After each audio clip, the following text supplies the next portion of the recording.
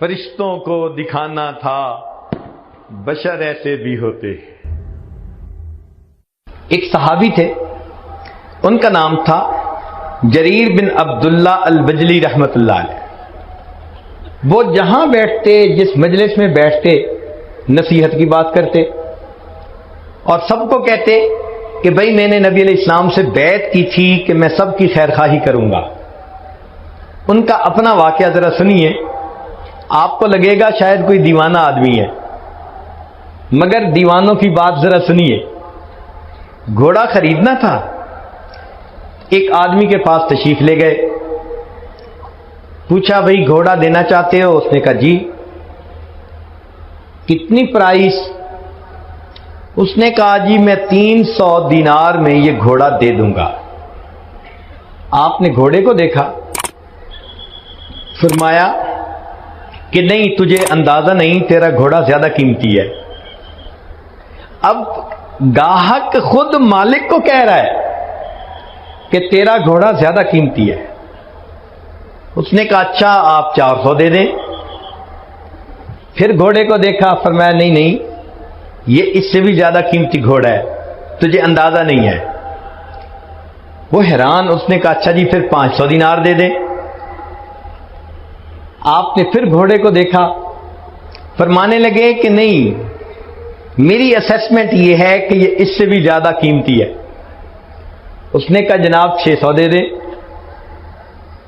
فرمانے لگے بھئی میں سچ بات کہوں کہ میری اسیسمنٹ اس سے بھی زیادہ. اس نے کہا 700 دینار دے دیں. آخر پر فرمایا کہ مال تو تیرا ہے، مگر تجھے اپنے مال کی ویلیو کا صحیح اندازہ نہیں. میں تیرا نقصان نہیں کرنا چاہتا، میں تجھے وہ پیسے دوں گا جو میرا دل گواہی دے گا کہ اس کے ہونے چاہیے. چنانچہ 300 دینار مانگنے والے بندے کو 800 دینار دے کر انہوں نے گھوڑا خریدا. کوئی سوچ سکتا ہے کہ اتنی خیر خواہی تھی ایک دوسرے کی؟ آج کے دور میں تو کسٹمر چاہتا ہے کہ بغیر پیسوں کی چیز لے جاؤں، اور جو مالک ہوتا ہے وہ چاہتا ہے کہ چیز دیے بغیر اس کی جیب کا پیسہ نکال لوں. یہ آج کل کی تجارت ہے. مگر نبی علیہ الصلوۃ والسلام نے خیر خواہی کا جذبہ دیا، اور اس خیر خواہی نے ایسا معاشرہ جنم دیا، ایک دوسرے کو اپنے اوپر ترجیح دینے والے، ایک دوسرے کے ساتھ خیر کا معاملہ کرنے والے.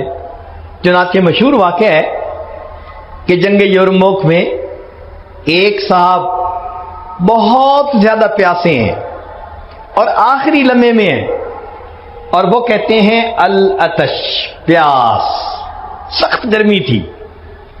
ان کے چچا داد بھائی، ان کے پاس مشک تھی، وہ مشک لے کے پہنچے کہ ان کو پانی پلائیں. جب ان کو پانی پلانے لگے تو اتنے میں کسی دوسری طرف سے آواز آئی العطش، پیاس. تو انہوں نے اپنا منہ بند کر لیا اور سر ہلا کر اشارہ کیا کہ دوسرے کو پلاؤ. وہ دوسرے کے پاس گئے، اس کو پانی پلانے لگے تو تیسری طرف سے آواز آئی، انہوں نے بھی منہ بند کر لیا. وہ تیسرے کے پاس گئے تو ان کے جاتے جاتے تیسرے فوت ہو چکے تھے. لوٹ کے دوسرے کے پاس آئے تو وہ بھی فوت ہو چکے تھے. جب پہلے کے پاس آئے تو وہ بھی فوت ہو چکے تھے. سوچئے اللہ کے حبیب صلی اللہ علیہ وسلم نے کیا خیر خواہی دی تھی کہ عین آخری وقت کی جو پیاس ہوتی ہے اس میں بھی وہ اپنے اوپر اپنے بھائی کو ترجیح دیا کرتے تھے. فرشتوں کو دکھانا تھا بشر ایسے بھی ہوتے ہیں. اللہ رب العزت نے اپنے حبیب صلی اللہ علیہ وسلم کو ایسی تعلیمات دے کر بھیجا، اور نبی علیہ السلام نے ایسی جماعت کھڑی کر دی کہ اصل مقصود یہ تھا کہ انسانیت کی عظمت واضح کرنی تھی. اللہ تعالیٰ فرشتوں کو دکھانا چاہتے تھے کہ دیکھو انسان ہو کر بھی ایسا ہوا جاتا ہے. فرشتوں کو دکھانا تھا بشر ایسے بھی ہوتے. چنانچہ ابو السندوری رحمت اللہ علیہ کا مشہور واقعہ ہے کہ ایک مرتبہ حاکم وقت 4-5 علماء تھے، ان سے ناراض ہو گیا اور اس نے فیصلہ کیا کہ ان 4-5 کو بلا لو اور ان کو میں بس قتل کروا دیتا ہوں۔ چنانچہ ان کو گرفتار کر لیا گیا اور ان کو بادشاہ کے سامنے پیش کیا گیا۔ جب ان کو قتل کیا جانے لگا تو بادشاہ نے دیکھا کہ ابو الحسن نوری سب سے آگے ہیں، باقی لوگ پیچھے کھڑے ہیں۔ اس کو اندر سے ابو الحسن نوری سے کچھ نہ کچھ عقیدت تھی اور یہ چاہتا تھا کہ میں کسی اور کو قتل کروں اور پھر بہانہ بنا کر ڈرا دھمکا کر باقیوں کو میں کہوں گا کہ چلو میں نے معاف کر دیا۔ اب اس نے سوچا کہ بھئی سب سے پہلے ابو الحسن نوری ہیں تو میں کیسے ترتیب کو بدلوں؟ تو وہ کہنے لگا کہ یہ جو جگہ ہے نا یہ اچھی نہیں ہے، ذرا ان کو اس جگہ لے کے آؤ۔ مقصد یہ تھا کہ جب جگہ بدلے گی تو ترتیب بدل جائے گی۔ دوسری جگہ کھڑا کیا تو ابو الحسن نوری سب سے آگے۔ اس نے کہا نہیں یہ جگہ بھی اچھی نہیں، ایک تیسری جگہ بتائی۔ چنانچہ تیسری جگہ پر سب آ کر کھڑے ہوئے تو ابو الحسن نوری سب سے پہلے۔ اس نے بلایا، پوچھنے لگا ابو الحسن میں چاہتا تھا کسی اور کو قتل کرتا اور تمہیں میں معاف کر دیتا، مگر یہ کیا مسئلہ؟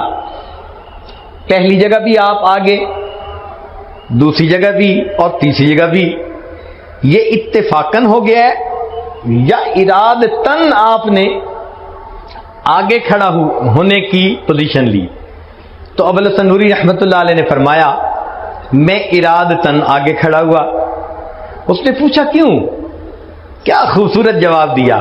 فرمانے لگے کہ میں اس لیے ارادتاً آگے کھڑا ہوا کہ جتنی دیر جلاد مجھے قتل کرنے میں لگائے گا میرے باقی بھائیوں کو اتنے سانس اور لینے کا موقع مل جائے گا۔ کیا خوبصورت سوچ تھی ان کی، اپنے پہ دوسروں کو ترجیح دینا، دوسروں کی خیر خواہی کرنا، دوسروں کو اتنی ہمدردی ہوتی تھی۔ اللہ اکبر کبیرہ۔ چنانچہ امام اعظم ابو حنیفہ رحمۃ اللہ علیہ وقت کے اتنے بڑے فقیہ بھی تھے کہ امام اعظم کہلوائے، مگر ساتھ ہی ساتھ ان کی تجارت بھی تھی، کپڑے کی دکان بھی تھی۔ ایک مرتبہ ایک عورت ان کو کپڑا بیچنے کے لیے آئی، پوچھا بھئی کتنی پرائس؟ اس نے کہا اتنی۔ تو میں نہیں، جاؤ اپنے محرم مرد کو لے کے آؤ۔ وہ محرم مرد کو لے کے آئی، پوچھا کہ بھئی پرائس بتاؤ۔ اس نے وہی، چونکہ میاں بیوی نے مشورہ کیا تھا کہ ہم ضرورت مند ہیں، ہم اس کپڑے کو اتنے میں بیچ دیتے ہیں، اس نے بھی وہی پرائس بتائی۔ تو امام صاحب نے اس کے خاوند کو کہا کہ تمہیں اس کپڑے کی ویلیو کا اندازہ نہیں، یہ کپڑا زیادہ قیمتی ہے، تم ضرورت کی وجہ سے سستا بیچنا چاہتے ہو۔ اس نے کہا جی کہ پرائس زیادہ کر دیں۔ کتنی کریں؟ اس نے کہا جی پہلے ہم نے 100 درہم کہے تھے، اب 150 درہم کر دیں۔ فرمایا نہیں، یہ اس سے بھی زیادہ قیمتی ہے۔ اس نے کہا جی 200 درہم کر دیں۔ فرمایا نہیں، اس سے بھی زیادہ قیمتی ہے۔ آپ اندازہ لگائیے کہ 100 درہم میں جو کپڑا وہ بیچنا چاہتے تھے، امام اعظم رحمت اللہ علیہ نے اس کو 300 درہم میں خریدا، اور خریدتے وقت فرمایا میرا کانشیس کلیئر ہے کہ میں نے کسی بندے کو دھوکہ دے کر چیز نہیں خریدی۔ اللہ اکبر کبیرہ۔ یہ کیسے حضرات تھے جو کسی کا برا چاہتے ہی نہیں تھے، سوچتے ہی نہیں تھے کہ کسی کا برا ہو، کسی کا نقصان ہو، وہ ہر ایک کا فائدہ چاہتے تھے۔ چنانچہ امام اعظم ابو حنیفہ رحمۃ اللہ علیہ ایک مرتبہ عصر کے قریب اپنی دکان بند کر کے گھر آ رہے ہیں، ایک صاحب سے ملاقات ہوئی۔ اس نے پوچھا نعمان آج دکان جلدی بند کر دی، پہلے تو مغرب کے وقت بند کرتے تھے، آج ظہر کے بعد ہی بند کر دی؟ فرمان لگے ہاں آج میں نے ظہر کے بعد بند کر دی۔ وجہ کیا ہے؟ فرمانے لگے کہ آج آسمان پر بادل ہیں اور روشنی کم ہے، وہ بجلی کا زمانہ تو تھا نہیں، تو فرمانے لگے کہ روشنی کم تھی اور جب روشنی کم ہوتی ہے، ویزیبلٹی کم ہوتی ہے، اس وقت جو کپڑے کا گاہک ہوتا ہے اس کو کپڑے کی کوالٹی کا صحیح پتہ نہیں چلتا۔ میں نے دکان بند کر دی، میری دکان کا کوئی گاہک کم قیمت کپڑے کو بیش قیمت سمجھ کر مجھ سے نہ خریدے، اس کو کہیں نقصان نہ ہو جائے۔ اللہ اکبر کبیرہ۔ آپ سوچئے کہ ایسے بھی تجارت ہوا کرتی تھی جب ہم صحیح معنوں میں مسلمان تھے۔ یہ وہ ہستیاں تھیں کہ جو صحیح معنوں میں مسلمان تھے۔ عبداللہ ابن مبارک رحمۃ اللہ علیہ ایک بڑے محدث ہیں، ان کا ایک پڑوسی تھا، اور وہ پڑوسی مکان بیچنا چاہتا تھا۔ تو خریدار نے آ کے پوچھا مکان کی کتنی قیمت؟ اس نے کہا جناب 2000 دینار۔ اس نے کہا بھائی اس مکان کی قیمت تو 1000 دینار بہت ہے، اس نیبرہڈ میں تو 1000 دینار قیمت بہت ہے۔ تو اس نے آگے سے کہا ہاں مکان کی قیمت ہے 1000 دینار، اور دوسرا 1000 دینار عبداللہ ابن مبارک کے پڑوس کی قیمت ہے۔ جب ہم صحیح معنوں میں مسلمان تھے ہمارے ہمسائے کے گھروں کی قیمتیں بڑھ جایا کرتی تھی، لوگ ہمارے ساتھ مل کر رہنا اتنا پسند کرتے تھے، وہ سمجھتے تھے کہ یہ خیر خواہ انسان ہے، یہ نیک نیت انسان ہے، اس سے بہتر مجھے نیبر دنیا میں کوئی نہیں مل سکتا۔ سوچئے جب ہم صحیح معنوں میں مسلمان تھے ہمارے اخلاق اس وقت کتنے اچھے ہوا کرتے تھے۔ چنانچہ بغداد جب پوری دنیا کا مرکز تھا، اس وقت کفار نے سوچا کہ مسلمانوں کے معاشرے کا اندازہ تو لگایا جائے کہ کیا وجہ ہے کہ یہ جہاں جاتے ہیں کامیابی ان کے قدم چومتی ہے، ان کے ماحول میں آپس میں میل جول لین دین یہ کیسا ہے۔ چنانچہ انہوں نے ایک آدمی کو بھیجا کہ جائیں اور ان کے ماحول معاشرت کو ذرا اسٹڈی کر کے آئیں۔ وہ آیا، بغداد پہنچا تو تھکا ہوا تھا، اس نے سوچا کہ کیوں نہ میں کھانا کھا لوں، لہذا وہ ایک ریسٹورنٹ پہ آ گیا اور وہاں بیٹھ کے اس نے کھانا کھانا شروع کیا۔ مگر اس نے فیل کیا کہ کھانے کے دوران ایک اور بندہ تھا جو قریب کھانا کھا رہا تھا اور وہ کبھی کبھی اس کی طرف دیکھ رہا تھا، تو اس کو فیل ہوا کہ یہ بندہ مجھے واچ کر رہا ہے۔ اس نے دل میں سوچا میں پردیسی ہوں، نووارد ہوں، یہ ذرا میری شکل کو دیکھ کے پہچان رہا ہوگا کہ یہ باہر سے آیا ہے۔ خیر اس نے کھانا کھا لیا۔ جب کھانا کھا لیا تو اس کے بعد یہ کاؤنٹر پر آیا اور اس سے کہا کہ جی میں نے کھانا کھا لیا، مجھے بل بتائیں۔ اس نے کہا جناب آپ کا بل تو پے ہو چکا۔ میرا بل کیسے پے ہو چکا؟ اس نے کہا جب آپ کھانا کھا رہے تھے تو جو بندہ آپ کے سامنے قریب بیٹھا ہوا تھا وہ اپنا بل پے کرنے کے لیے آیا اور کہنے لگا کہ فلاں بندہ مجھے چہرے مورے سے پردیسی نظر آتا ہے، آج وہ میرا مہمان ہے، میں اس کے پیسے ادا کر دیتا ہوں، بتانے کی ضرورت اس لیے نہیں کہ اجر مجھے اپنے اللہ سے چاہیے۔ وہ حیران کہ اچھا یہ اتنے بھی خوش اخلاق لوگ ہوتے ہیں کہ انسان کے کھانے کی قیمت ادا کر دیتے ہیں اور شکریہ کا لفظ بھی سننا پسند نہیں کرتے کہ ہم نے تو اللہ سے اجر لینا ہے۔ آگے گیا، اس کو کوئی چیز خریدنی تھی، اس نے سوچا میں بازار سے وہ چیز خرید لیتا ہوں۔ چنانچہ وہ ایک دکان پر پہنچا اور دکاندار سے کہا بھئی آپ کے پاس فلاں چیز ہے؟ اس نے کہا ہے۔ جی آپ وہ چیز کتنے میں دیں گے؟ اس نے کہا میں 10 ریال میں دوں گا۔ بھائی مجھے دے دیجئے۔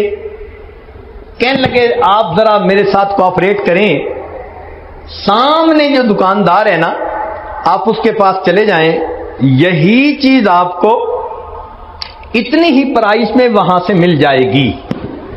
وہ سامنے چلا گیا، وہاں اس نے جا کے وہ چیز مانگی، اس نے 10 درہم بتائے، تو 10 درہم میں اس نے وہ چیز لے لی، لیکن اس کے ذہن میں خیال آیا یار پہلے دکاندار نے خود کچھ نہیں لیا اور مجھے دوسرے کی طرف ڈائریکٹ کر دیا، یہ کیا مسئلہ ہے؟ وہ لوٹ کے پہلے دکاندار کے پاس آیا اور اس دکاندار سے کہتا ہے کہ جناب آپ کے پاس چیز تھی نہیں یا آپ نے مجھے بیچی نہیں؟ اس نے کہا بھئی چیز تھی مگر میں چاہتا تھا کہ آپ سامنے والے دکاندار سے لیں۔ اس نے کہا کیوں؟ دکاندار تو اپنے گاہک کو دوسرے کے پاس نہیں بھیجتے۔ تو وہ دکاندار کہنے لگا اصل وجہ یہ ہے کہ آج میرے پاس اتنے گاہک آئے کہ میرے بچوں کا گزارا بڑا اچھا ہو جائے گا، میں دیکھ رہا تھا میرے اس دکاندار بھائی کے پاس آج کوئی کسٹمر نہیں آیا، میں نے سوچا آپ اس سے خرید لیں گے، اس کو کچھ منافع ہوگا تو اس کے بچوں کے لیے بھی آج کچھ انتظام ہو جائے گا۔ ایک وقت تھا اتنی خیر خواہی دل میں بھری ہوتی تھی کہ 2 دکاندار ہمسائے میں ہوتے تھے، وہ ایک دوسرے کے اتنے خیر خواہ ہوتے تھے۔ یہ وہ ہستیاں تھیں کہ جنہوں نے دین کو سمجھا اور دین کو اپنایا۔ اللہ تعالیٰ چاہتے ہیں کہ میرے ایسے با اخلاق بندے دنیا میں ہوں تاکہ پتہ چلے کہ صحیح معنوں میں مومن مسلمان کون ہوتا ہے۔